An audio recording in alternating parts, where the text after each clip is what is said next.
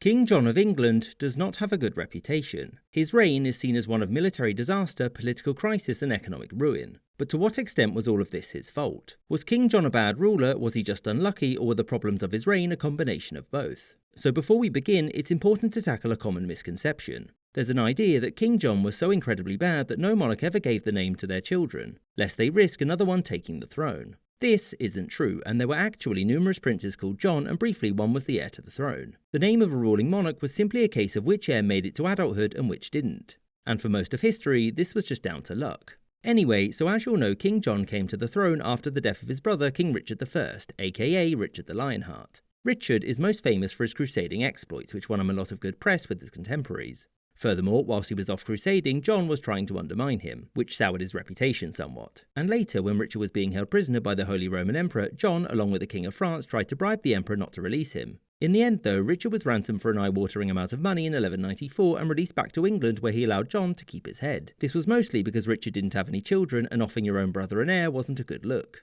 Although if he had done, England would have at least had a King Arthur, but alas, no. Anyway, Richard died in 1199 and his brother succeeded him. And whilst the crown of England transferred without incident, these territories in France used different succession laws, meaning that they would go to John's nephew, the aforementioned Arthur, which John didn't like, and as such, rebellion. John wanted to shore up his grip on his lands in France to help crush this revolt, and so he opted for a strategic marriage. Of course, he was already married, but that was quickly annulled. John was able to do this because he and his wife were cousins and they hadn't asked the Pope. Anyway, he soon married the lady of these lands, Isabella of Angoulême. The primary issue, well at least one of them, Isabella was only about 12 at the time of the wedding, was the fact that she was already engaged. Her former betrothed appealed to King Philippe II of France, who then commanded John to attend his court to answer for this insult. And since John held titles in France which were in service to the French king, Philippe believed that John had no choice but to attend. John of course had a different interpretation, and so when he continued to ignore these summons it was seen as an offence and war. As you'll likely know, in times of war a king would call upon his nobles to help him raise armies and win glory. And whilst John did do this, he was quick to belittle or ignore them whilst on campaign, which, when combined with the suspiciously timed death of the now imprisoned Arthur, led many to simply abandon him. And by 1204, John had lost all of this. Now lacking land, John was in a bit of a bind. Medieval kings were supposed to be warriors, but John had just shown he wasn't too brilliant at that. And whilst he did want to retake Normandy and the rest of his inheritance, he knew that he needed to wait. And so he focused on the ruling of England instead. Unlike his brother, John was very involved in the actual day-to-day running of his kingdom. But because of said brother's crusade and ransom, England was broke, and so John became obsessed with raising money. Now John was not much of a people pleaser and did everything he could to be as unlikable as humanly possible. He was paranoid, cruel and not very pious, which didn't endear him to, well, anyone. And since John had plotted against a king himself, he believed that his earls and barons were likely plotting against him too. As such, he wanted to weaken them, and even those who were fiercely loyal to him were subject to arbitrary fines and had to pay him to inherit or remarry.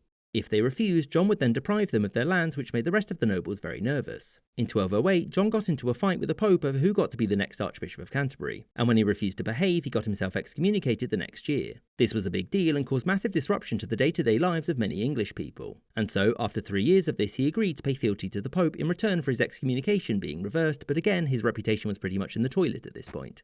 John continued his long and proud tradition of upsetting everyone around him until 1214, which was when he, the Pope and the Holy Roman Emperor all decided to humble Philippe II and so agreed to invade France. His nobles refused to help, John ended up achieving nothing, and the next year they were in open rebellion against him. After many of his supporters abandoned him, he was forced to negotiate, and this is when he signed the famous Magna Carta. This document is seen as the beginning of the end of absolute monarchy in England and as the foundation of the rights of free men. Whilst this isn't strictly untrue, the vast majority of people at the time weren't free, and the primary role of the document was to give the barons of England far, far greater power. John signed it, and 5 seconds after the barons' armies had disbanded, he reneged and restarted the war. John did much better this time, and the barons then asked the King of Scotland to invade the north to help out. They also invited Prince Louis, the heir to the French throne, to rule England and save them from John. Louis accepted, and along with the Scottish and the rebels occupied these parts of England. At this point, John wasn't in a good place, but this would be fixed in 1216, when he died. His young son was crowned Henry III, and with John gone, the reasons for the rebellion were dead too. Louis was told to go home, and the nobles eventually agreed to a watered-down version of Magna Carta.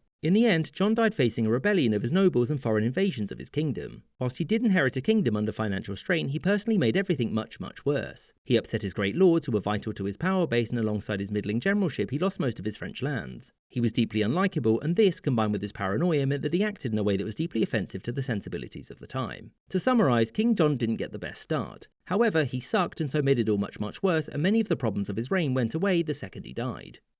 I hope you enjoyed this episode, with a special thanks to my patrons: James Bizanet, Sky Chappelle, Kartoitska, YN Hockey, Anthony Beckett, Marvin Kassow, Winston Kaywood, Gustav Swan, Captain Psydog, Andy McGeehee, Alex Schwinn, Copper Tone, Robert C. Perkins, Mirza Ahmed, AF Firefly, Spencer Lightfoot, Castle Bravo, Rod D. Martin, Respectable Level of Chaos, Spinning 3 Plates, Arthur Hosey Jr., Yuduan Wang, Shewenin, Kamoon Yoon, The McWhopper, Michael Holbert, The Jim Stannon, Kalitro, The Flying Deutschland, Starry Nights, Bonnie Bounds, Jim Strumberg, Remco Huisman, Betkabot, Lord Beak, and Charles I.